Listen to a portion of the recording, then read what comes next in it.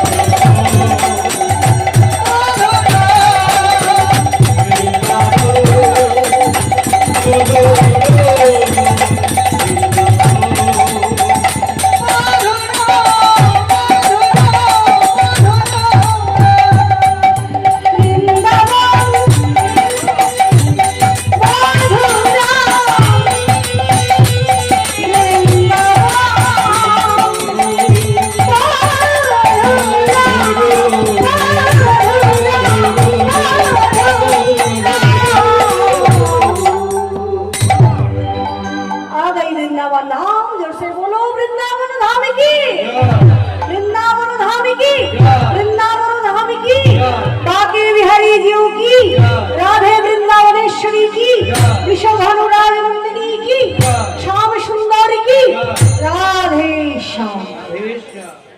जोर से बोलो, हाथी घोड़ा पाल की, जय कन्हैया लाल की, हाथी घोड़ा पाल की, हाथी घोड़ा पाल की, जय कन्हैया लाल की। राधे श्याम।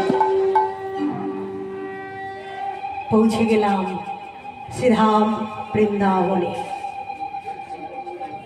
এইবার মূললীলা স্মরণ করব, নৌকা বিলাস। প্রতিদিন ভগবান শ্রী গোবিন্দ আমার প্রত্যেক শাখাবৃন্দ নিয়ে, দাদা বলাইকে নিয়ে আর নবলক্ষ ধেনুর পাল নিয়ে প্রাতঃকালে, প্রাতঃকাল মানে সকালবেলা, মাতা যশোমতীর করে ক্ষীর স্বর্ণনী সেবা করে গোষ্ঠী গোধন চালাতে যায়। প্রতিদিনের মতো আজও গেছে, গিয়ে অমনি মুরলী বাদন করেছে। সেই বংশের ধরে শ্রবণ করে যত যত গাভীগণ তারা দূর বনে তৃণভোজনে রত হলো। আর সখাবৃন্দ ধুলা খেলায় মাতলেন। ধুলা খেলা খেলতে খেলতে ভাই কামাইয়ের নয়ন গেছি, সখা সুবলার বদন পানে। যেই না বদন পানে নয়নে গেছি, অমনি ভাই কামাইয়ের মনটি বড় ব্যাকুল হলো। তাই ভাই সুবলকে ডেকে বলে, ও ভাই সুবল রে, ভাই সুবলে রে, আজি আদি আমার ধুলা খেলা ভালো লাগে না, ধুলা খেলা ভালো লাগে না। আমার ধেনুর পাল তোরা দেখে রাখ, আমি একটু বন ভ্রমণ করে আসি। সুবল বলছে, এই কানাই, সখা তো সব বন্ধু, শিশু বালক সব। কানাই, এতক্ষণ তো বেশ খেলা খেলছিলাম আমরা প্রত্যেকে, তা হঠাৎ তোর কি এমন হয়েছে যে আর তোর ধুলা খেলা ভালো লাগছে না?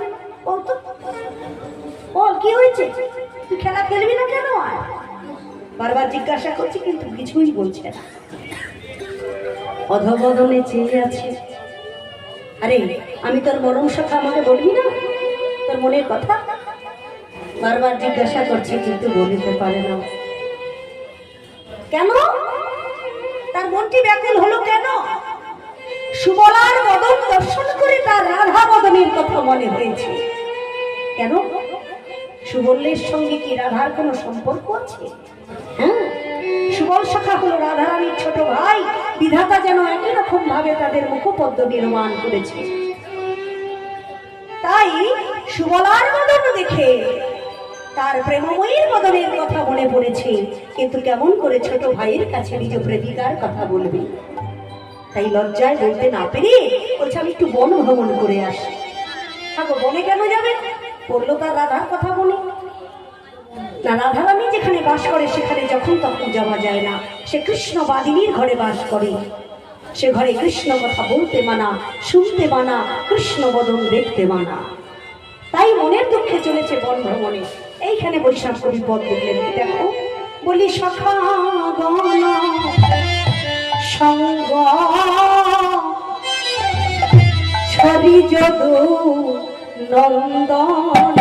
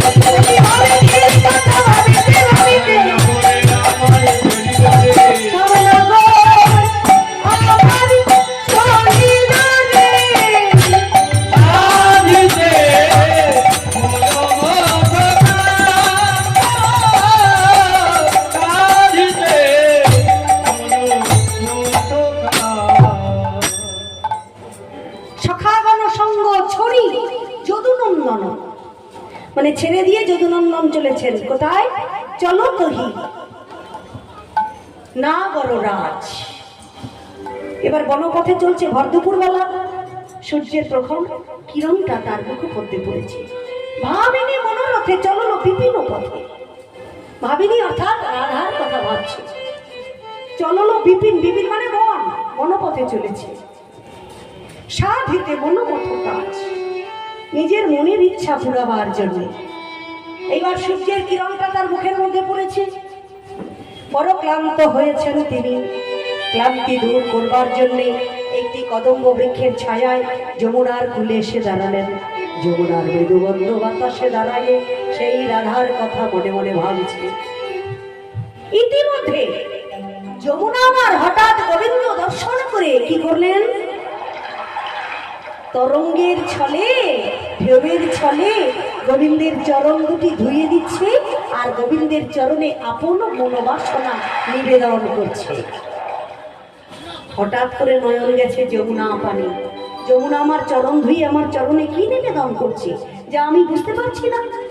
বহুক্ষণ ভাবতে ভাবতে তার মনে পড়েছে সেই দিনের কথা। কোন দিন? যেদিন আমার জন্ম হয়েছিল। সেই ভাদ্র মাসে কৃষ্ণাষ্টমী তিথিতে রোহিণী নক্ষত্র মাঝে আমার জন্ম হলো কংস কারাগারে। সেই মুহূর্তে আকাশে ঘন কালো মেঘ, ঘন ঘন বিদ্যুৎ চমকিত ঝিরিঝিরি বৃষ্টি। পিতা বসুদেব আমাকে মস্তকে করে নিয়ে সেই মুহূর্তে এই যমুনা পাড়ি দিয়ে গঙ্গালয়ে রেখে। কিন্তু যমুনা পাড়ি দেওয়ার কালে যেতে যেতে যেই না মধ্য যমুনায় গেছেন, যমুনা আমার উত্তাল তরঙ্গে প্রবাহিত হচ্ছে। উত্তাল তরঙ্গে প্রবাহিত হতে হতে তরঙ্গের ছলে পিতার মস্তক হইতে ঢেউয়ের ছলে ফেলে দিলেন, যমুনা বক্ষে ফেলে দিলেন। ফেলা মাত্রই তিনি মূর্তিমতী হলেন। মূর্তিমতী হয়ে গোবিন্দকে বক্ষ মাঝে ধারণ করলেন। ওহে দয়াময়, ওহে কৃপাময়, না জানি কত ভাগ্যবতী আমি। তাই তো তুমি এই বৃন্দাবন মাঝে আবির্ভূত হওয়া মাত্রই আমার বক্ষ মাঝে এসেছ। এমন ভাগ্যই আমার আগামীতে যদি না হয়, একবার আমার আপন বাসনা পূরণ করো। আপন বাসনা পূরণ করো। কি তোমার বাসনা যমুনা? আর কিছু নয় প্রাণনাথ, একবার তুমি যুগল দর্শন করা। যুগল কাকে নিয়ে দেখাবো? তার তো এখনো জন্মই হয়নি, সবে মাত্র আমার জন্ম হয়েছে। শ্রীমতী রাধারানীর এখনো জন্ম হয়নি। তবে তবে কি আমার বাসনা পূর্ণ হবে না? বলে কেন হবে না? আমি তোমায় কথা দিচ্ছি, কোন দিন তোমার বাসনা পূর্ণ করবো জানো? যেদিন রাই যাবে মথুরাতে, আই যাবে মথুরাতে, অধিরুদ্ধ দশরা মাঠে। সেই দিন আমি দেখাবো যুগল, সেই দিন আমি দেখাবো যুগল। সেই দিন আমি দেখাবো যুগল। আর সেই দিন আমি দেখাবো যুগল। বলো সেই দিন যুগল দেখাইব, যুগল দেখাইব, আমি সেই দিন যুগল দেখাইব। সেদিন রাই যাবে মথুরাতে, সেদিন যুগল দেখাইব।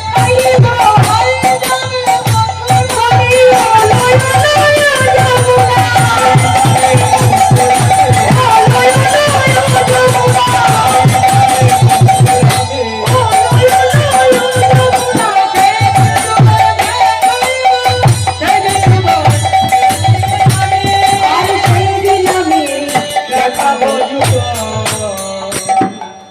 আমি তোমায় কথা দিলাম, সেই দিন তোমাকে যুগল দেখাবো, যেদিন রাই ধনী দধি দুগ্ধের পশরা নিয়ে মাথায় করে ওই মথুরার হাটে বেচা কেনা করতে যাবে। ও যমুনা, আর আমাকে ধরে রেখো না, তাড়াতাড়ি আমাকে ভাসিয়ে দাও। ওই দেখো আমার পিতা কেমন করে খুঁজছে। যমুনা বলছে কথা দিলে তো প্রভু? বলে হ্যাঁ, তোমায় কথা দিলাম। যমুনাময় আমার ভাসাইয়ে দিল। পিতা বসুদেব পুনরায় মস্তকে করে নিয়ে সেই নন্দালয়ে রেখে এলো। আজ সেই প্রতিশ্রুত দিবস, কথা দেওয়া দিন, আমি ভুলেছি যমুনা ভুলে নাই, তাই তো আমার চরণ ধুয়ে আমায় স্মরণ করছে। আর বিলম্ব করলেন না গোবিন্দ আমার, কি করলেন? সেই মুহূর্তে যমুনা পানে নয়ন দিয়ে বংশীধ্বনি করলেন, হেরি যমুনার জল মনমথই উৎকলন, হেরি যমুনার জল মনমথই উৎকলন, হরি হেরি যমুনার জল মনমথই উৎকলন, হেরি যমুনার জল মনমথই উৎকলন, মুরল মুরলিনী সারে, মুরল মুরলিনী সারে, মুরল মুরলিনী সারে, মুরল মুরলিনী সারে, অগ্নিবাসী বাজানো, অগ্নিবাসী বাজালো, অগ্নিবাসী বাজানো, অগ্নিবাসী বাজালো, কয়লা ভেসি রাধে বলে অগ্নিবাসী বাজানো, অগ্নিবাসী রাধে বলে অগ্নিবাসী বাজালো, আনামের সাধারণ অগ্নিবাসী বাজানো, রামের সাধাবাসী অগ্নিবাসী বাজালো, মুরল মুরলিনী সারে, মুরল মুরলিনী সারে, মুরল মুরলিনী সারে। পুরলো মুরলী সার, অর্থাৎ বংশীধ্বনি করলেন যমুনা পানে নয়ন দিয়ে, রাধে রাধে বলে। বংশীধ্বনি করে মনে মনে ভাবছেন, এই বংশীধ্বনি যদি আমার প্রেমময়ী একবার শুনতে পায়, তাহলে যে কোনো প্রকারে আমার নিকটে চলে আসবে। কিন্তু এলেই তো হলো না, যমুনাকে যদি যুগল দেখাতে হয়, তাহলে একটি তরীর প্রয়োজন আছে। এই বনের মধ্যে তরী কোথায় পাবো? বহুক্ষণ ভাবতে ভাবতে মনে পড়ে গেল কার কথা? এই যে মা দাঁড়িয়ে আছে, লীলার সহায়কারিণী অঘটন ঘটন পটিয়স। লীলার সহায়তা করেন মা। এই মা যদি না করতেন, ভগবান লীলা করতে পারতেন না। বৃন্দাবন তৈরি হবার আগেই মা যোগমায়াকে পাঠিয়ে দিয়েছিলেন গোবিন্দ, কি গচ্ছে দেবী ব্রজং ভদ্রে। আগে মা যোগমায়া বৃন্দাবনের পরিবেশটি তৈরি করলেন, তবে তো রাধা গোবিন্দ আমার লীলা করতে পেরেছিলেন। তাই লীলার সহায়কারিণী অঘটন ঘটন পটিয়সী। অঘটনকে ঘটন করায়, অসাধ্যকে সাধন করায় এই মা যখন জননী মা। তাই তাকে স্মরণ করা মাত্রই কি করলেন? মা যোগমায়া গোবিন্দের নিকটে এসে দাঁড়ালেন, ওহে প্রাণনাথ, আজও আজ তোমায় আমাকে তুমি স্মরণ করলে কেন? মাগো, আজ যে যমুনাকে কথা দেওয়া দিন, তাকে যুগল দেখাতে হবে। আমি ভুলে গেছি, যমুনা বলে নাই, তাই তো আমার চরণ ধুয়ে আমার চরণে বারবার নিবেদন করছি। তা যদি তাকে যুগল দেখাতে হয়, তাহলে তো একটি তরীর প্রয়োজন আছে। বনমাঝে তরী কোথায় পাবো বলো মা? শোনো শোনো, আমি তো এসে গেছি, তুমি আর চিন্তা করো না। আমি তরী নির্মাণের উপকরণ দিচ্ছি, তুমি নিজ হাতে তরীটি সাজিয়ে নাও। স্বয়ং মা যোগমায়া উপকরণ দিচ্ছেন, আর স্বয়ং গোবিন্দ নিজ হাতে তরী নির্মাণ করছেন। কি কি দিয়ে দেখুন, বৈষ্ণব কবি পদ লিখছেন, শ্রীজিলা তরণী খানি প্রবাল মুকুতায়নী, শ্রীজিল তরণী খানি প্রবলয় মুকুতায়নী, মাঝে মাঝে বিরাজ গাথনি আহারে, মাঝে মাঝে হীরার গাঁথনি আহারে, শিখি পুঞ্জ পুঞ্জ ধরা রজত কাঞ্চনে মুরা,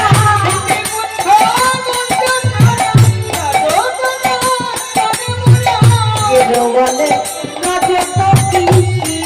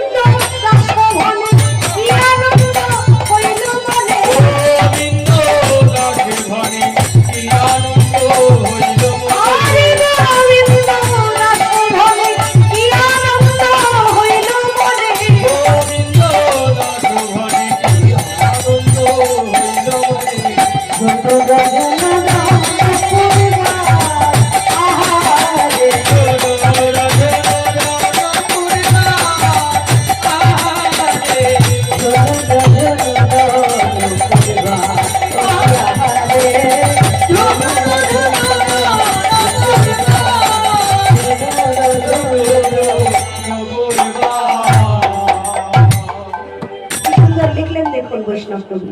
কে লিখলেন? এটা গোবিন্দ দাস। গোবিন্দ দাসের পদ এটি। সৃজিলা তরণী খানি প্রবালো মুকুতা আনি মাঝে মাঝে হীরার গাঁথনি। সৃজিলা মানে তৈরি করলেন। শিখি পুচ্ছ কুঞ্জ ছড়া রজত কাঞ্চনে মোরা কেরু বলে রজত কিনকিনি। হিরে মণি মুক্তা সোনা দামি দামি জিনিস দিয়ে নৌকাটি তৈরি হলো। তপন তনয়া নীরে, তপন তপন মানে সূর্যদেব, তনয়া মানে কন্যা, সূর্যের কন্যা আমার রাধারানী। যেমন তেমন বৃষভানু রাজা, তার কন্যা রাধারানী। সেই সূর্যদেবের তার আর এক নাম ভানু। আর বৃষভানু দুই ভানু অর্থাৎ মিতা। এই শ্রীমতী রাধারানীর পিতা হলো বৃষভানু রাজা, আর যমুনার পিতাকে সূর্যদেব। তাই বললেন তপন। তপন কথার অর্থ সূর্যদেবের আর এক নাম। তপন তনয়া, তনয়া মানে কন্যা, তনয়া নীরে, নীর মানে জল অর্থাৎ যমুনার জল। সূর্যদেবের কন্যা জলে আমার গোবিন্দ তিনি কি করছেন? নৌকা বাইছেন। তপন তনয়া নীরে তরণে লইয়া ফিরে বিদ গদনা গরুরাজ। সেই যমুনা বক্ষে ওই হিরে মণি মুক্তা সোনা দামি দামি জিনিস দিয়ে নৌকাটি তৈরি করে মাঝি সাজলেন। মা যোগমায়া বললেন, গোবিন্দ তুমি যমুনার বাসনা পূর্ণ করো, আমি এবার আসি। যোগমায়া চলে গেলেন। গোবিন্দ আমার মাঝি সেজে সেই নৌকাটি ধীরে ধীরে যমুনা বক্ষে বাইছেন। আর রাইধনী কতক্ষণে আসবেন আশা পথপানে চেয়ে আছেন। এদিকে রাধারানী হঠাৎ করে সেই বংশীধ্বনি, গোবিন্দের বংশীধ্বনি কর্ণমূলে প্রবেশ করলো। প্রবেশ করতেই সখীদের থেকে বলছে, আরে ললিতা তুমি তো যাবতে আছো সখীদের মধ্যে শ্বশুরালয়, কথা বলবেন না আসরের সামনে। এইবার বলছেন কি, ওই দেখ আমার বধূ কেমন করে বাঁশি বাজাচ্ছে, একবার আমাকে ঘরের বাহির করে নিয়ে চল, আমি বধূর চাঁদ বদন দর্শন করব। বংশীধ্বনি শ্রবণ করা মাত্র আমি আর ধৈর্য ধরতে পারি না। বলে দেখ তোকে তো যখন তখন ঘরের বাহির করা যায় না, তুই নিশীথে বধূকে দর্শন করিস, এখন দিবাকাল, এখন কেমন করে তোকে ঘরের বাহির করব? বলে তাহলে আমার বধূ দর্শন হবে না? বলে একটি উপায় আছে, মা যোগমায়া, তাকে স্মরণ কর, সে যদি তোকে ঘরের বাহির করতে পারে। বলা মাত্রই মা যোগমায়াকে স্মরণ করলেন মনে মনে রাধারানী। যেই না স্মরণ করেছেন অমনি মা যোগমায়া আমার বুড়িমায়ের রূপ ধারণ করলেন। বুড়িমায়ের রূপটি ধারণ করা মাত্রই রাধারানীর মন্দিরের দিকে এগিয়ে আসছেন। দূর থেকে দেখতে পেলেন শ্রীমতী রাধারানী। দেখা মাত্রই আনন্দে তাকে ডাকছেন, কেমন? বলি এসো পরে মাই তোমারে জানাই যে মরণের দুঃখ।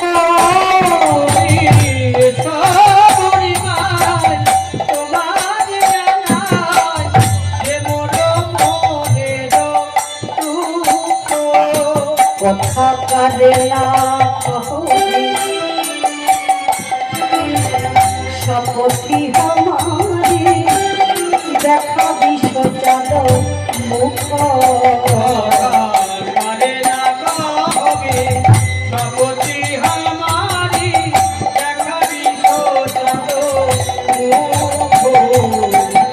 বলি দেখাতে পারবি নাকি,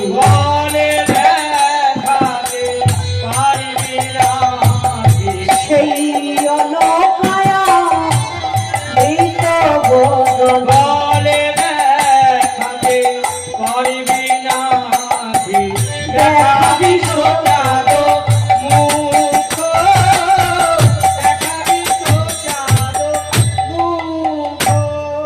আরে বলাই তুই এসেছিস, এসেছিস যখন তাহলে আমার বধূর বদনটি একটা দর্শন করাতে পারবি তো? তাহলে কেন পারবো না, নিশ্চয়ই পারবো।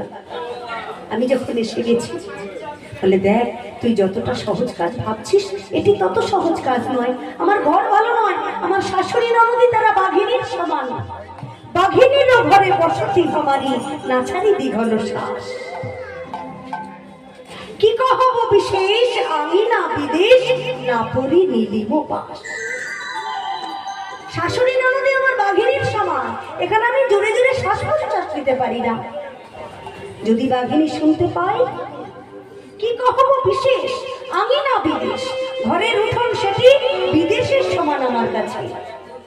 তাহলে সেটি যদি বিদেশের সমান হয়, আমাকে কেমন করে দিবাকালে বধূর বদন দর্শন করাবি? না করে নীলিম বাস, মা নীল বসন করতে মানা। আরো আছে জানিস কি, কালার ভরণে জলদানা হেরি, কালার ভরমে জলদনা হেরি, কালার ভরণে জলদানা হেরি, কালার ভরমে জলদনা হেরি, যাই যমুনার ঘাটে, কালার ভরমে জলদনা হেরি, আগাই যমুনার ঘাটে। পাড়ায় পাড়ায় সরে করিতে না কেন মোর পরিবাদরটি।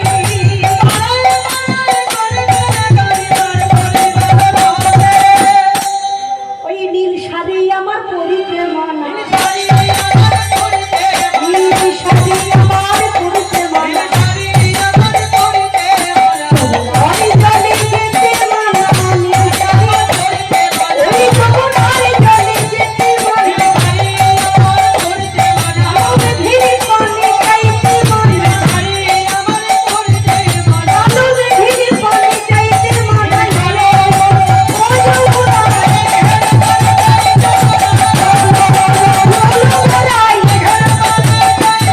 নীল শাড়ি আমার পরিতে মানা, শাড়ি আমার পরিতে মানা। কি কি মানা? নীল শাড়ি পরতে মানা, যমুনার জলে যেতে মানা, আবার কালো মেঘের পানে চাইতে মানা। এত কিছু মানা আছে কেন জানিস? সবার গায়ের রং আর আমার বধূর গায়ের রং এক বলে।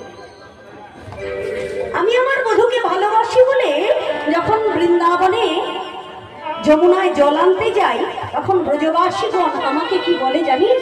আঙুল দেখিয়ে বলে, ওই যে চলেছে কৃষ্ণ কলঙ্কি। দেখবেন এক প্রকার মানুষ আছে বড্ড পরনিন্দা পরচর্চায় ব্যস্ত থাকে, থাকে না? কোথাও কম কোথাও বেশি, গ্রামগঞ্জে একটু বেশি হয়, শহরাঞ্চলে একটু কম হয়, কিন্তু কম বেশি সর্বত্রই আছে। বৈষ্ণব কবি বলছেন, বা শাস্ত্রের কথা, অন্যর যে অপযশ গাহিতে শুনিতে দোষ, সত্য এ বিধির অভিধান। অন্যের অপযশ অর্থাৎ অন্যের পরনিন্দা পরচর্চা করা, অন্যের চর্চা করা, গাহিতে শুনিতে, যে বলে সে যেমন পাপী হয়, যে শুনে সেও সমান পাপী হয়। তাই একে বিষের মতো ত্যাগ করে ওইটুকু সময় গোবিন্দ বলে কাঁদো। আমার বধূকে আমি ভালোবাসি বলে সকল ব্রজাঙ্গনাগণ সকলে বলে, ওই যে চলেছে কৃষ্ণ কলঙ্কি। কৃষ্ণ কলঙ্কিনী। যেই পদটি লিখেছেন তার নাম উদ্ধব দাস। তিনি রাধারানীর ওই কথাটি শুনে আর থাকতে পারলেন না। সখী মঞ্জুরি ভাবাবেশে রাধারানীর এক পাশে দাঁড়িয়ে বলছেন, রাধে, যার নিন্দে করার স্বভাব সে কখনো থামে না, সে করবেই। তাই বলে কি তোমার গোবিন্দকে তুমি ভালোবাসবে না? নিন্দুকের মুখে অনল ভেজাইয়া যাইব বধুয়ার পাশে, আমার যা থাকে কপালে তাই হবে ভালে, কহয়ে উদ্ধব দাস। এইবার মরিমাই বলছে, অত চিন্তা করিস না তো, আমি তো এসেই গেছি, যে কোনো প্রকারে তোকে ঘরের বাহির করবই। এক কাজ কর, একটি দই ঘোলের হাড়ি আমাকে এনে দি। এখন গোয়ালাদের ঘর সর্বক্ষণ মজুদ থাকে, তাই ছুটে গিয়ে একটি দই ঘোলের হাড়ি এনে বড়িমায়ের হাতে দিয়েছে। বড়িমাই বলছে, রাধে, এইবার তুই পসরা সাজা। পসরা কাকে বলে? গোদুগ্ধ থেকে যা যা উপকরণ হয়, যেমন ঘি, দুধ, ছানা, দই, মাখন ইত্যাদি।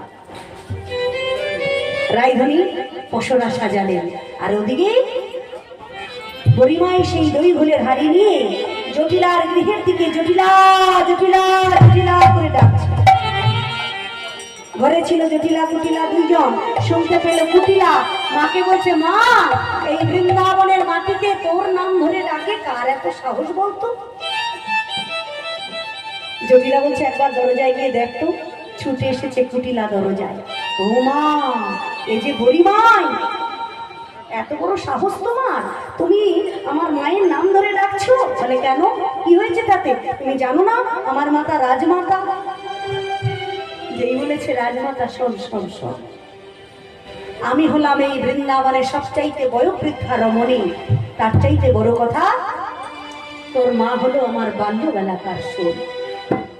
কুটিলে আমি তাইতে এত বড়াই করি, তাই তো এত বড়াই করি, আমি তাইতে এত বড়াই করি, তাই তো এত বড়াই করি, আমি বৃন্দাবনের বড়াই করি, তাইতে এত বড়াই করি। বৃন্দাবনের বড়াই করি, তাই তো এত বড়াই করি। কথোপকথন হতে হতে জটিলা এসে দরজায় দাঁড়িয়েছে। কুটিলে তার সঙ্গে কথা বলছি, মা দেখো বড়াই এসেছে। ও মা, বুড়িমাই, বহুদিন পর তুই আমার ঘরে এসেছিস, কেমন আছিস তুই? আরে তোর মাথায় ওটা কিসের হাড়ি? যেই বলেছে কিসের হাড়ি, অমনি বুড়িমাই জটিলাকে বলছে, যাবি না কি রে, যাবি না কি রে, যাবি না কি রে, যাবি না কি রে, মথুরার হাটে যাবি না কি রে, মথুরার হাটে যাবি না কি রে, আজ ঘিয়ের দামে ভোল বিকায়, মথুরার হাটে যাবি না কি রে। ঘিয়ের দামে ঘোলে বিকায়, মথুরার হাটে যাবি না কি রে। কথাটা কি বললো দেখুন বুড়িমাই, বলছে মথুরার হাটে নাকি আজকে ঘিয়ের দামে ঘোল বিকায়। বিকায় মানে বিক্রি হয়। আগো, ঘি আর ঘোলের একদম হয় কখনো? আমাদের নবদ্বীপে যদি খুব দামি ঘি হয় তাহলে গাওয়া ঘি 1000 থেকে 1200 টাকা দাম, আর খুব ভালো ঘোল হলে, খুব বেশি হলে 100 টাকা। এবার অনুভব করুন, 100 টাকার জিনিসটা যদি 1200 টাকায় বিক্রি করা যায়, কতটা লাভ? বিশাল লাভ, দুদিনে দুটো লাভ। দুদিনে দোতলা, 3 দিন লাগবে না, এক সেরেই যদি এত লাভ হয়।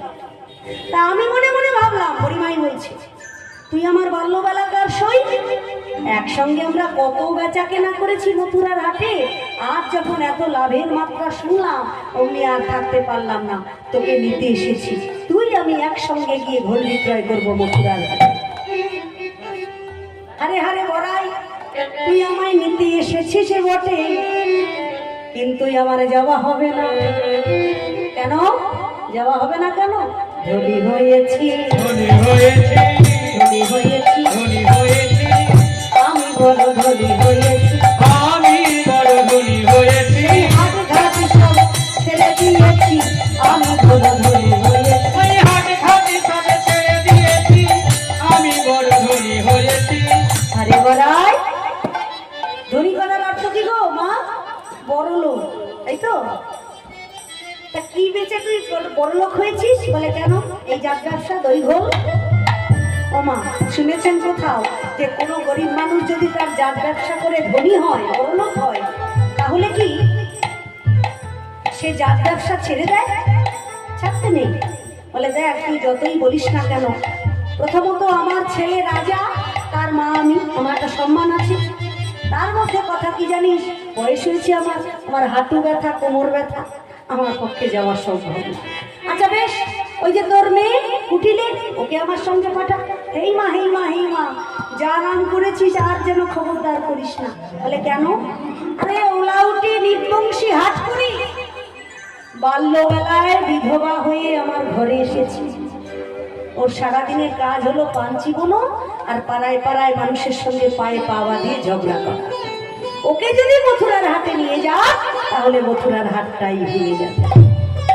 ও, ভালোই তো মেয়েকে তৈরি করেছিস, তাহলে তুইও যেতে পারবি না, তোর মেয়েও যেতে পারবে না। ওদিকে তো বেলা হয়ে চলেছে, আমি আসি আবার, কেমন?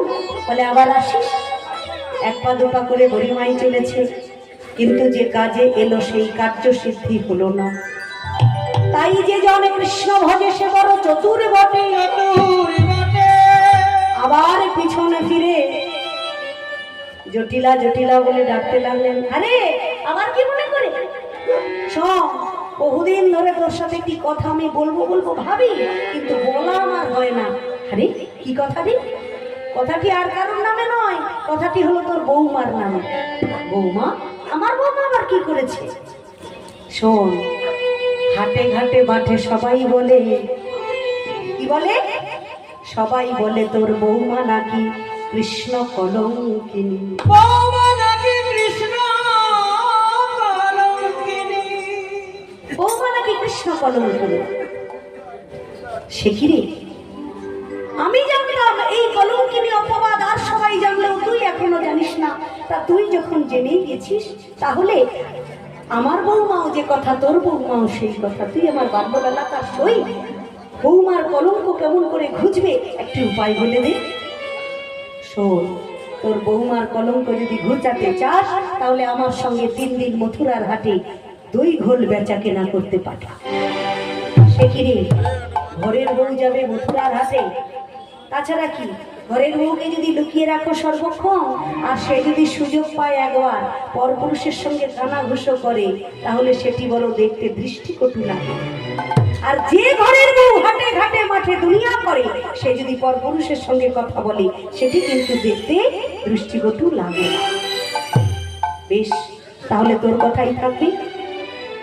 আমি বৌমাকে ডাকছি। বৌমা! ওদিকে বৌমা তৈরি হয়েই ছিলেন, শুধু ডাকবার অপেক্ষা। যেই না ডেকেছে, রাইধনী আমার মায়ের নিকটে এসে দাঁড়ালেন। মা, ডেকেছেন? শোনো বৌমা, এই যে দেখছো আমার বাল্যবেলাকার সই বড়িমাই, আজ নাকি মথুরার হাটে ঘিয়ের দামে ঘোল বিক্রয় হচ্ছে। আমি চাই আমি থাকতে থাকতে তুমি আমার সইয়ের সাথে সেই মথুরার হাটে গিয়ে দই ঘোল বেচা কেনা শিখে নাও। আগে মা, আমি যাব? ও বাবা, তাতে কি হয়েছে? কিন্তু আমাদের জাতিগত ব্যবসা। আমার শাশুড়ি, তার শাশুড়ি, তার শাশুড়ি, পরম্পরা হয়ে আসছে, ওতে কোনো লজ্জা নেই। মা যাও, তাড়াতাড়ি তৈরি হয়ে নাও। বৌমার আনন্দের সীমা নাই। ঘরে গিয়ে পসরার থালি সাজানোই ছিল। মনে মনে ভাবছে বৃন্দাবনে তস্করের অভাব নাই। তস্কর মানে লুণ্ঠনকারী, যারা ডাকাত হয়, শুদ্ধ ভাষায় তাদের তস্কর বলে। এই পসরা আমার বধূকে নিবেদন না করে যদি আমি ঘরের বাহির হই, তাহলে যদি কোনো তস্করে লুণ্ঠন করে, তাহলে আমার বধূর সেবায় লাগবে না। তাই তিল তুলসী দিয়ে, গঙ্গা বাড়ি দিয়ে গোবিন্দায় নম বলে সেই পসরা গোবিন্দকে নিবেদন করলেন। নিবেদন করে এইবার মায়ের চরণে প্রণাম জানিয়ে বিদায় নিতে এসেছেন। যেই না জটিলা মায়ের চরণে প্রণাম করেছেন, অমনি জটিলা মা বলছেন, বৌমা, আমার পুত্র আয়ান মা কালিকার ভক্ত, সদাই সে মায়ের সেবা পূজা করে, আর তাতে যত যত পুষ্প আমি চয়ন করি। সেই পুষ্প চয়ন করতে গিয়ে যদি বিন্দু মাত্র পুণ্য আমার অর্জন হয়ে থাকে, সেই পুণ্য হইতে স্বয়ং মা কালিকা যেন তোমার মনোবাসনা পূর্ণ করে। স্বয়ং মা কালীর আশীর্বাদ পেয়েছেন, আনন্দের সীমা নাই। এইবার রাইধনী আমার পসরার থালি মাথায় নিলেন, অষ্টসখী সঙ্গে নিলেন, গরিমাইকে সঙ্গে নিয়ে চলেছেন মথুরার হাটের দিকে। কেমন ভাবে? শ্রীজিলা তরণী আহা সুবর্ণের ভাণ্ড ভরি, অধিদুগ্ধ পসরা থালি, সুবর্ণের ভাণ্ড ভরি, অধিদুগ্ধ ছানা পুরি। সুবর্ণের ভাণ্ড ভরি, অধিদুগ্ধ ছানা পুরি। সুবর্ণের ভাণ্ড ভরি, অধিদুগ্ধ ছানা পুরি। সারি সারি পসরার উপরে, সারি সারি পসরার উপরে, তাহাতে উড়ানি ভালি, বিচিত্র নীতির থালি। তাহাতে উড়ানি ভালি, বিচিত্র নীতির থালি। তাহাতে উড়ানি ভালি, বিচিত্র নীতির থালি। তাহাতে উড়ানি ভালি,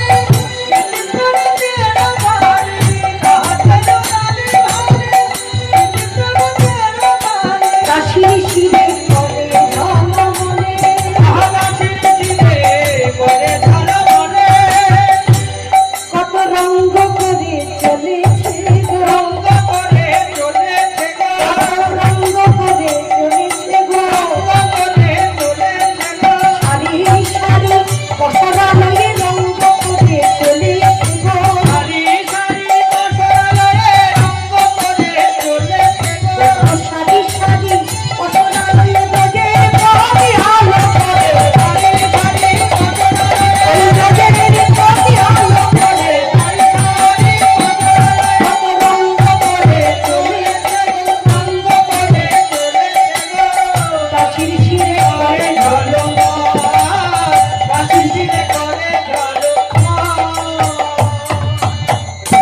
এইবার যখন রঙ্গ করে চলেছে ব্রজের পথ আলো করে, যেতে যেতে যমুনার কূলে এসে পৌঁছলো।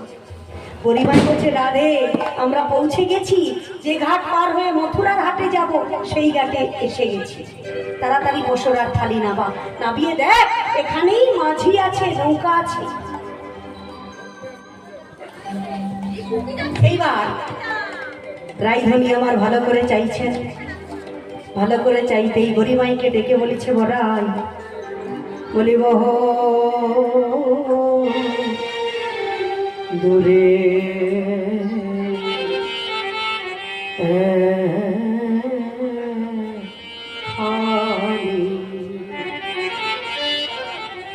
তোরি দেখা যাই গো দূরে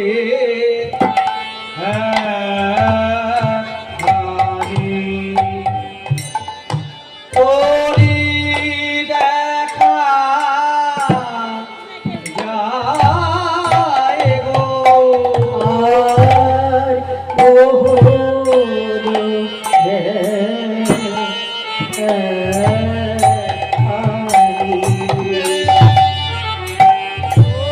তোরি দেখা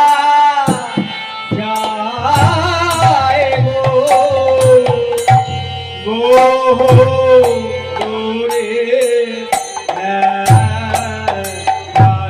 তোরি একবার ভাসে একবার যাবে মধ্য যমুনা গো তোরি একেবারে ভাসে একেবারে যাবে মধ্য যমুনায় গো দূরে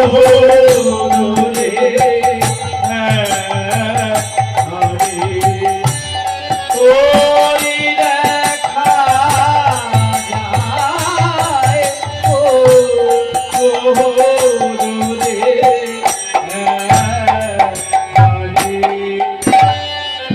কি সুন্দর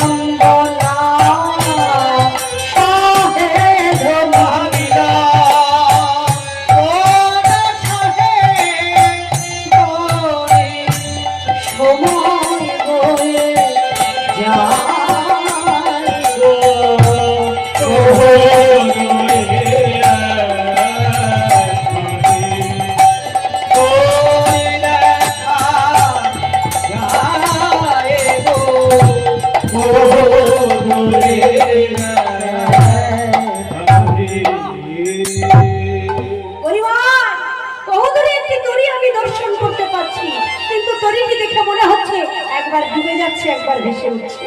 কেন এটি মনে হচ্ছে? কেন না বড় বড় তরঙ্গ উঠছে যমুনা বক্ষে, যখন তরঙ্গ উঠছে নৌকাটি আড়াল করছে, মনে হচ্ছে ডুবে গেল, তরঙ্গ সরে যাচ্ছে, নৌকা ভেসে উঠছে বলে গেল। আরে ওই তরির মধ্যেই তো মাঝি আছে, ভালো করে চেয়ে দেয়। রাইধনী ভালো করে চাইছি, চাইতেই পরিমাইকে বলছে, বড়াই বলি বলি আগা বাড়াই বড়াই বড়াই ও ওই কি, ও ওই কি ঘাটে রে, ওই কি ঘাটে রনে, বড়াই ও ওই কি ঘাটে রে, ওই কি ঘাটে রনে, আর কথা হতে আসি দিল দর্শন, হতে আসি দিল দর্শন, বিনোদনা গরলে, আমি নরনা গরলে, বড়াই বিনোদনা গরলে, বিনোদনা রজত কাঞ্চনে না খানি সাজত,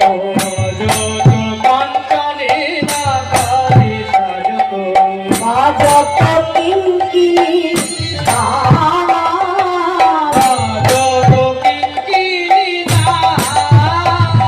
আরিয়া প্রভু তাহে শোভে নামাতি,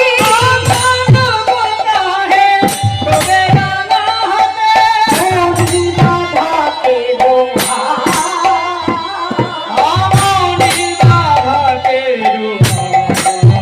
ও বড়াই মনি রাধাকে রোহা। বৈষ্ণব কবি লিখছেন, দেখুন বলছে এই যে তরির মধ্যে যে মাঝি বসে আছে, প্রথম কথাটা কি জানিস? বড়াই রাধারানী বলছে, বড়াই ওই কি ঘাটের উনি, কোথা হতে আসি দিনু দর্শন, বিনোদ না করুনি। বিনোদ মানে কি গো? সুন্দর। মাঝিরা এত সুন্দর হয় কখনো দেখি? এখানে একটা মনে খটকা লাগছে, বাপরে যে সুন্দরে ত্রিভুবন কাঁপিয়ে দেয়, গোবিন্দের রূপ এমন রূপ, তার সামান্য মাঝি হয়ে তার এত রূপ। প্রথম কথা আমার মনে বড় খটকা। তার মধ্যে নৌকাটি, যে নৌকাটি বাইছে, সেই নৌকাটি হিরে মণি মুক্তা প্রবাল সোনা দামি দামি জিনিস দিয়ে নৌকাটি তৈরি করা হয়েছে। জানিস বড়াই আমার কি মনে হচ্ছে? বলে কি হচ্ছে তোর মনে?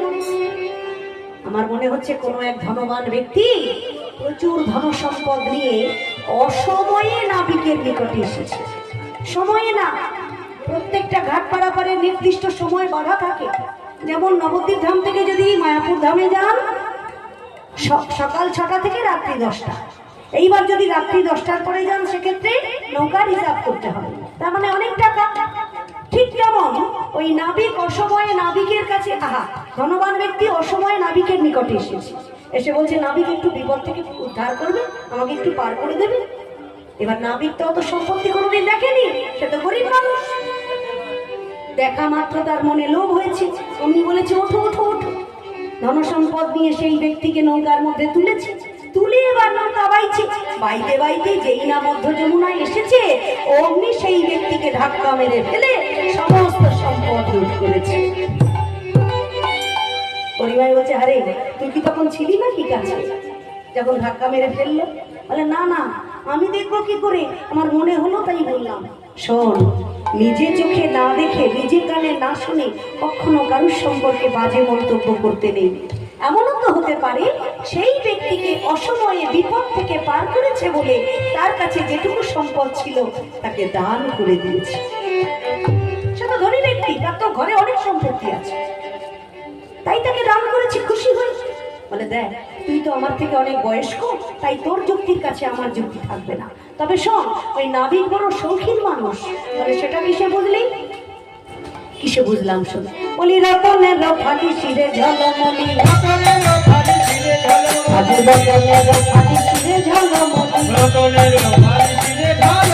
কদম্ব কুসুম কানে,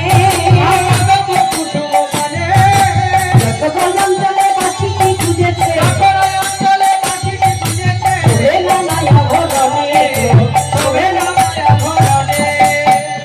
আরে ওই নাবিকে বড় শৌখিন বাটে,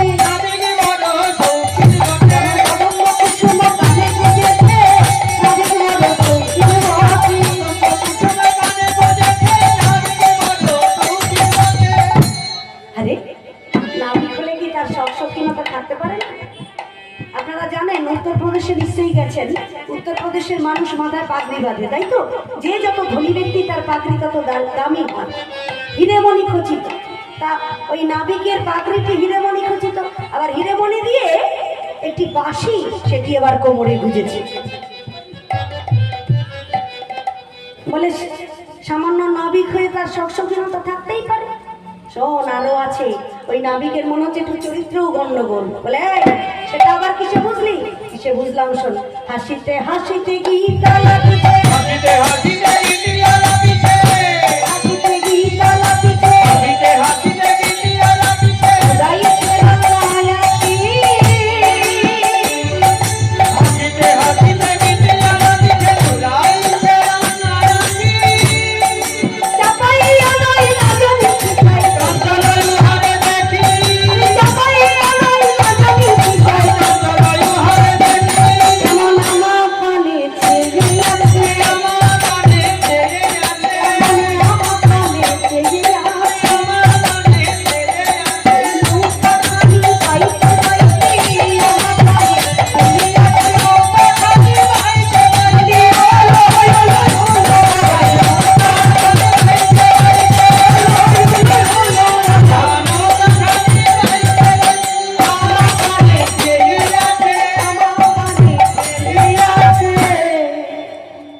হাসিতে হাসিতে গীত আলাপিছে। কথার মানে দেখুন, মৃদু মৃদু হাসছে আর মৃদু মৃদু গান গাইছে, গাইতে গাইতে নৌকা বাইছে, কিন্তু আমার দিকে চেয়ে আছে। নৌকা বাইতে পাইতে আমার পানি চাইছে।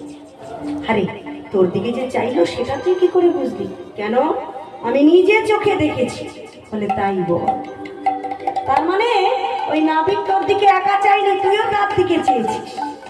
তাহলে নাবিকের স্বভাব খারাপ আর তোর স্বভাব ভালো? তুই পরের ঘরের কুলবধূ আর তুই পরপুরুষে নয়ন দিলি? তুই না হয় সুন্দরী রমণী, তোর পরে সকলে চাইতেই পারে। বলে দেখ, সেই থেকে দেখছি ওই নাবিকের সাফাই গাইছিস। রাধারানী বলছে, ওই নাবিক নৌকায় ওঠার পর যদি কোনো ব্যাগরবাই করে, তাহলে আমরা কি বলবো? আমরা কহিব বংশের যোগানি, মুখে না হারিব কে গো। দাস জগন্নাথে কয় শশী ষোলো কলা, চাঁদ পেলে কি ছাড়িবে রাহু। জগন্নাথ দাস তিনি বৈষ্ণব কবি, তিনি বললেন গগনে যদি 16 কলায় পূর্ণচন্দ্র উদিত হয় আর সেটি যদি একবার রাহু দেখতে পায়, তাহলে তাকে ছেড়ে দেবে? তুই সুন্দরী রমণী, তাই তোর পানে চাইতেই পারে। শোন শোন, আর দেরি করিস না, তাড়াতাড়ি ওই নাবিককে ডাক, বেলা বয়ে চলেছে, বেচা কেনা করতে হবে। এবার রাই ধরে যাচ্ছে, বলি ও नैया है, नैया है, नैया है, नैया है, এখন আমার দিকে পায়া করে আমায় আমাকে দে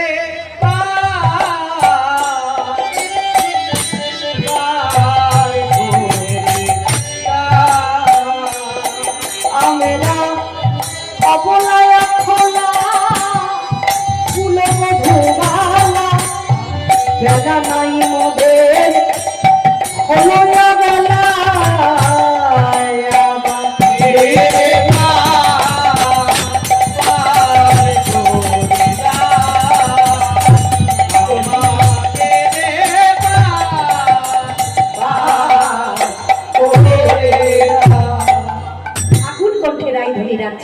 টাকা মাত্র নাবিক নৌকাটি নিয়ে কুলে ঠেকিয়েছে।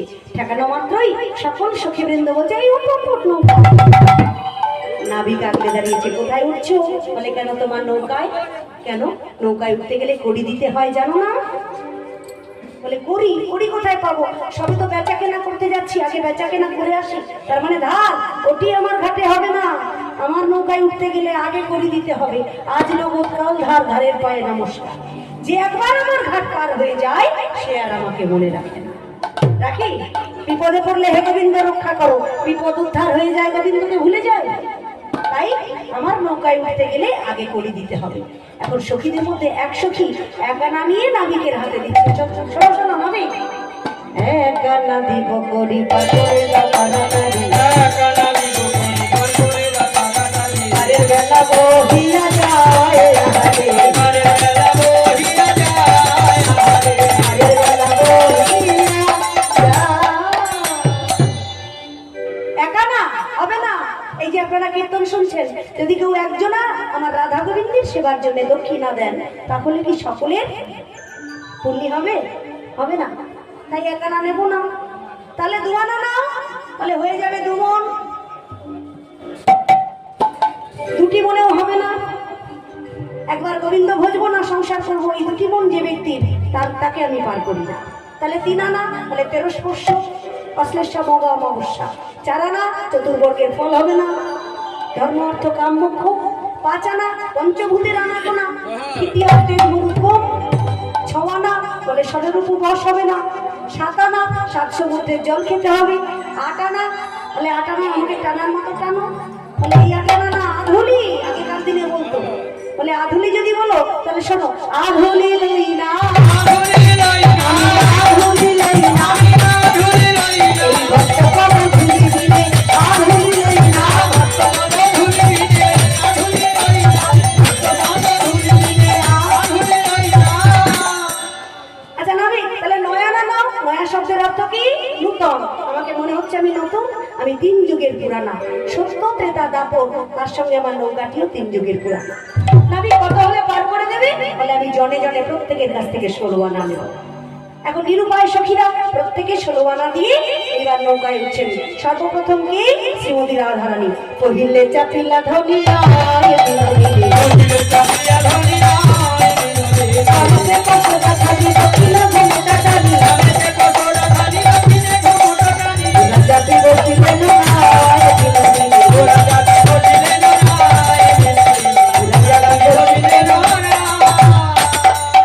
অনুভব করুন লীলা। নৌকার মধ্যে শ্রীমতী প্রথমে উঠেছেন, তিনি মাঝখানে বসেছেন। পশরার থালিগুলো নৌকার মধ্যে মাঝখানে রাখা আছে, আর তাকে ঘিরে বসেছে অষ্টসখীগণ, আর এক পাশে বসলো বুড়িমাই। এইবার নাবিক বলছে ভালো করে ধরে বসো, কেমন নৌকা বাইব, যেন পড়ে যেও না, কেমন। মায়েরা একটু ধ্বনি দেবেন। রাঙা হাতে কে রোবল থমকি ঝাজো, আয় থমকি ঝাজো,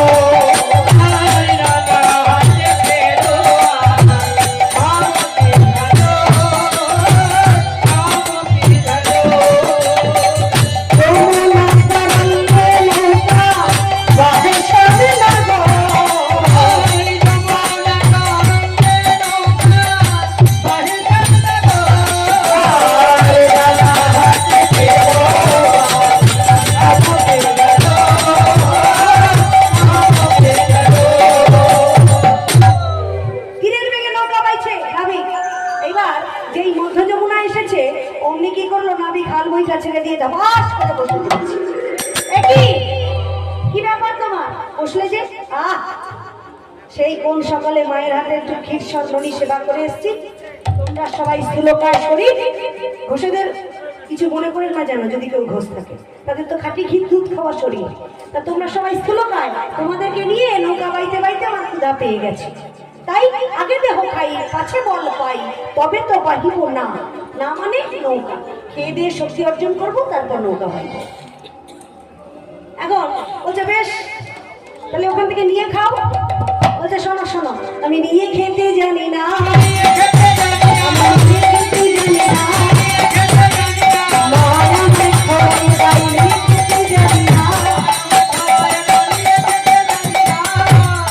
কি বললে? তোমার মা তোমায় খাইয়ে দেয়, তাহলে মাকে ডেকে আনো। বলে এই মধ্য যমুনায় মাকে কোথায় পাবো?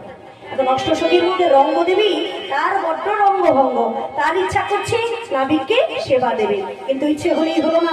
হরিমাই সবার বড়, তার অনুমতি ছাড়া হবে না। তাই হরিমায়ের কাছে অনুমতি চাইছে। আগো মরাই, ওই নাবিক তো বলছে নিজে নাকি নিয়ে খেতে জানে না, আমি একটু দেবো খাইয়ে। বলে দে।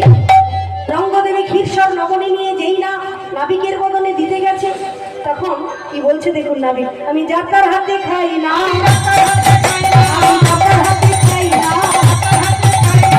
আমি যার তার হাতে খাই, যাত্রার হাতে খাই না,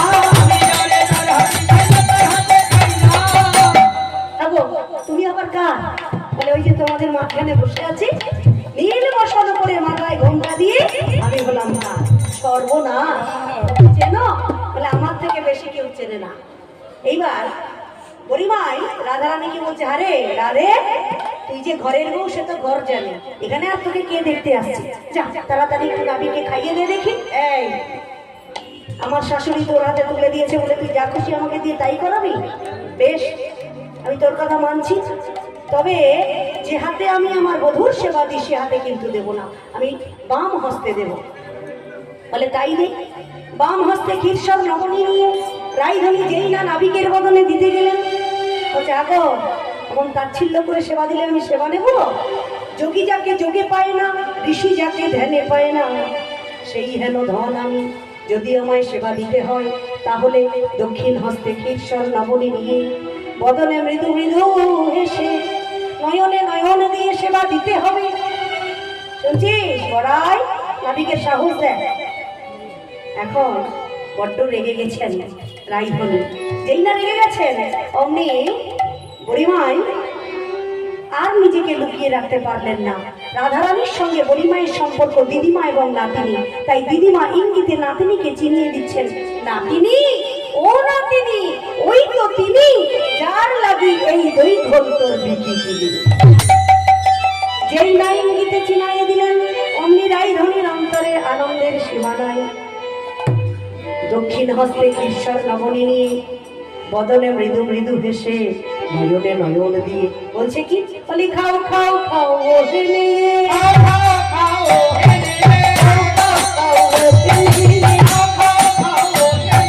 তোমার লাগি আমি আছি, খাও খাও ও হেনে,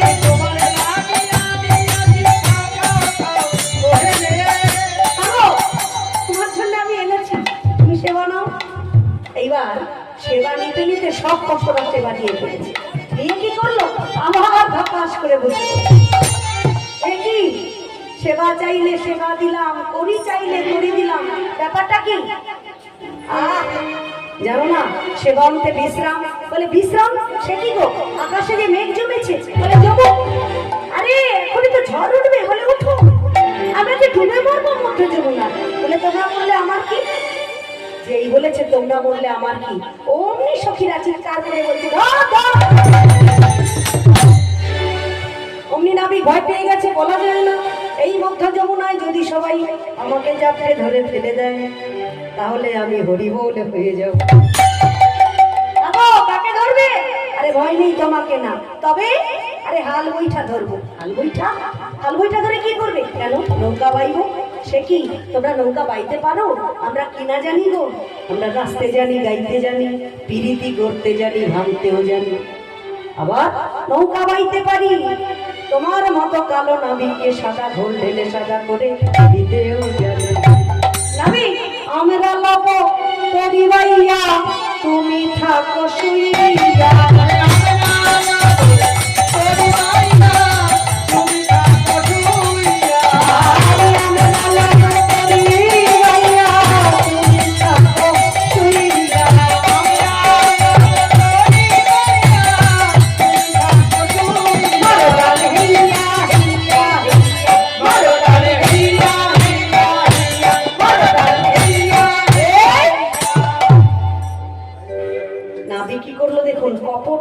নেতৃত্ব হলো। কপট মানে কি? ছলনা। মিথ্যে মিথ্যে ঘুমের ভান করে শুয়ে পড়লো। আর সখীরা এক একজন এক একটা ধরে তীরের বেগে নৌকা বাইছে। একটু জোরে জোরে উলুধ্বনি। জাটো কদিয়া তোরে বাহনা, ডানা ভরিয়া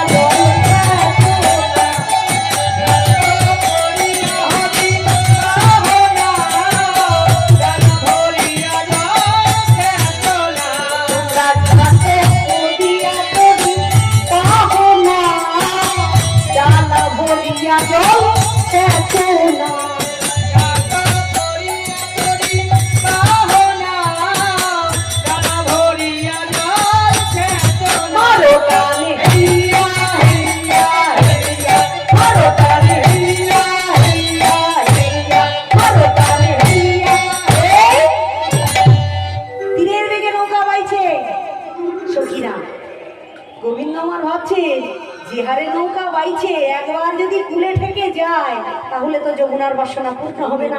দেখি তো কতদূর নৌকাটি এলো। ধীরে ধীরে উঠেছেন, উঠে চারিদিকে চাইছে, চাইতেই দেখছে হে মাহিমা, সর্বনাশ, এক্ষুনি খুলে ঠিকে যাবে। কি করি? সেই মুহূর্তে বিশ্বম্ভর মূরতি ধারণ করলেন নাবিক। বিশ্বম্ভর মূরতি ধারণ করে এক লক্ষ্যে নৌকার দুধারে দুটি পা রাখলেন। দিয়ে কি করলেন? দুধারেতে দিয়ে পা তলাতে রাখিলেন না।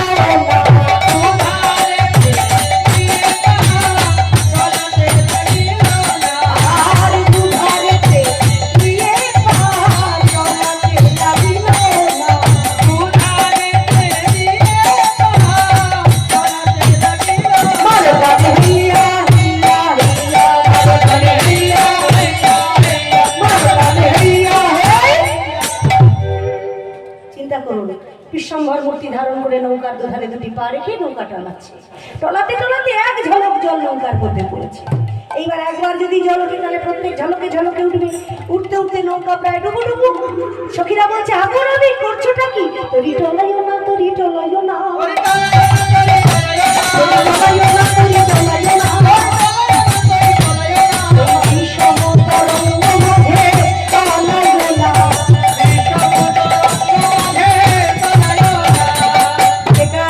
শুনে কেউ কারোর কথা শুনছে না। নাবিক নাবিকের কাজ করে চলেছে। এইবার জল উঠতে উঠতে যখন নৌকা ডুবু ডুবু, তখন কি করলো জানেন? ভয়ের চোটে হাল বইটা ছেড়ে দিয়ে সবাই সবার গলা জড়িয়ে ধরলো। দূরে মাঝখানে ছিল রাধারানী, সে উঠে আস্তে আস্তে দেখছে সবার গলা সবাই ধরে ফেলেছে। মনে মনে ভাবছে, এখন আমি কার গলা ধরি? আবার ভাবছে, এই মধ্য যমুনায় যদি ডুবে মরি, এরা কেউ কিন্তু আমাকে বাঁচাতে পারবে। তাই এদের গলা ধরে কোনো লাভ নেই। গলা যদি ধরতে হয় ওই নাবিকের গলা ধরাই ভালো। তাই কি করলো দেখুন, ভয়েতে কিশোরী দুবাহু পছাড়ি,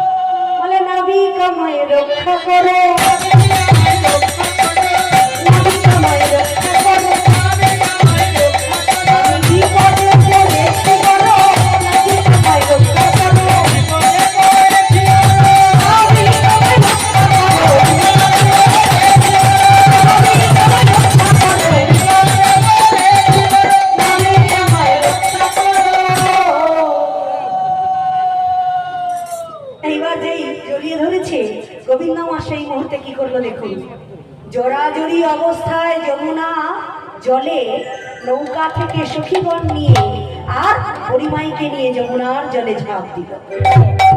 যেই না ঝাঁপ দিয়েছে, যমুনা আমার মূরতি মতি হলেন, হয়ে রাধা গোবিন্দের যুগল বক্ষ মাঝে ধারণ করে, বক্ষ মাঝে ধারণ করে উনি রাধা গোবিন্দের সেবা করছেন। যমুনা, তোমার বাসনা পূর্ণ হয়েছে তো? তোমায় কথা দিয়েছিলাম আজের দিনে তোমার বাসনা পূর্ণ করব। ওহে দয়াময়, আজের দিনে তোমাদের যুগল চরণ বক্ষ মাঝে ধারণ করে আজই আমি ধন্য হলাম। তবে আর ধরে রেখো না, এইবার আমাদের ভাসিয়ে দাও, সময়ও হয়ে গেছে, এরপরে অধিবাস আছে, তাই তাড়াতাড়ি শেষ করতে হবে। এইবার যমুনা মা আমার যুগলকে ভাসিয়ে দিলেন। ভাসানো সেই যুগল রাধা গোবিন্দের যুগল মূরতি সুন্দর সাজিয়েছে। দেখুন, সেই যুগল মূরতি ভাসছে আর সখীবৃন্দ তাকে ঘিরে ভাসছে এবং গরিমাই ভাসছে। কেমন ভাবে? করে কর ধারণ করে। তাতে এত সুন্দর শোভা, সেই শোভাটি দেখে মনে হচ্ছে, বৈষ্ণব কবি লিখছেন, শোভাটি দর্শন করে কি মনে হচ্ছে যেন চাঁদকে ঘিরে চাঁদের মালা, চাঁদকে ঘিরে চাঁদের মালা, চাঁদকে ঘিরে চাঁদের মালা।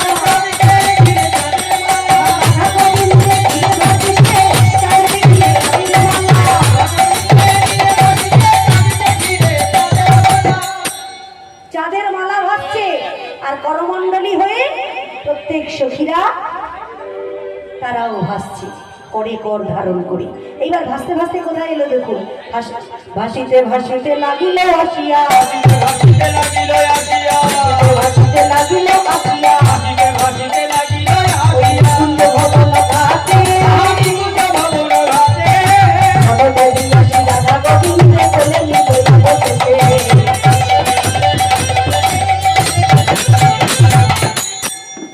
ভাসিতে ভাসিতে লাগিল আসিয়া নিকুঞ্জ ভবন ঘাটে। যারা বৃন্দাবন ধামে গেছেন, নিকুঞ্জ বন দর্শন করেছেন, সেই বনের বনদেবী এসে রাধা গোবিন্দের যুগল মূর্তি কোলে তুলে দিলেন। নিয়ে কি করলেন, তাদের সিক্ত বসন পরিত্যাগ করিয়ে শুষ্ক বসন পরিধান করালেন। করাবার পর এইবার করাচ্ছে কি করছেন দেখুন, মনের মধ্যে নেমে গিয়ে তাদের সেবা পূজার আয়োজন করছেন।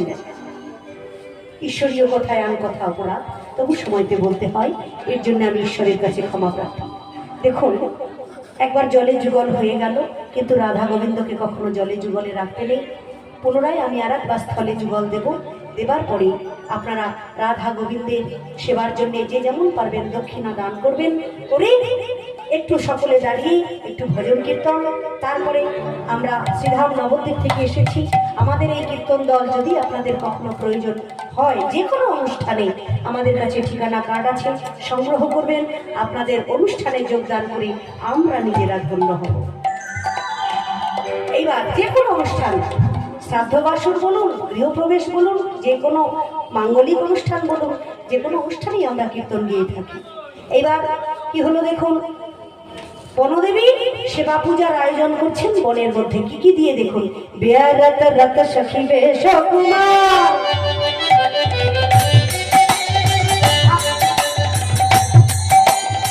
আনন্দে সখী গণ করত নিহার, সখী গণ করত নিহার,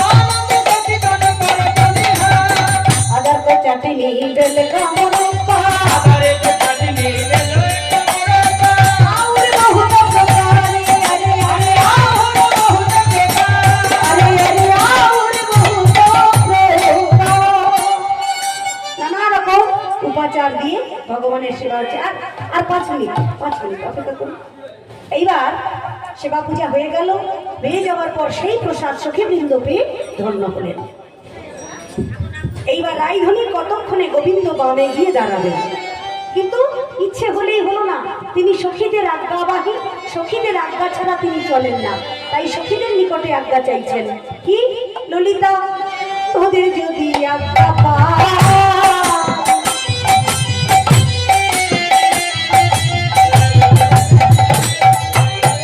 প্রাণনাথের বামে যাই, তোদের যদি আজ্ঞা পাই, প্রাণনাথের বামে যাই, তোদের যদি আজ্ঞা পাই,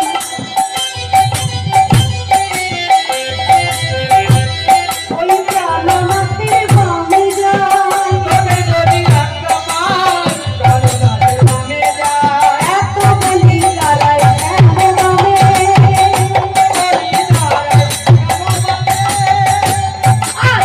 শ্যাম বামে দাঁড়াইল রসের মঞ্জুরি,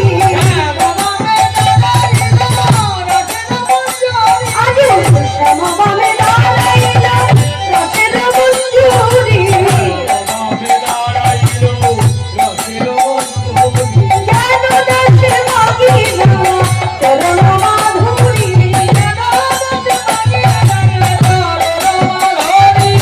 রাধা গোবিন্দের যুগল হলো,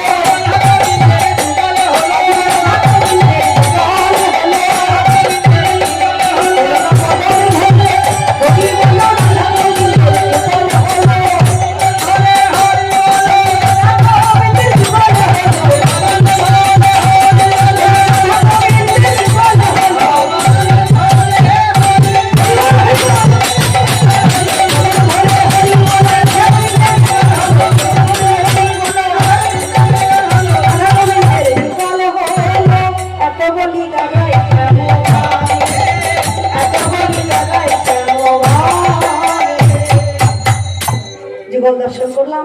এইবার সবাই একটু দাঁড়িয়ে ভজন কীর্তন। শ্রী রাধে গোবিন্দ धन्य भजले हरि का प्यारा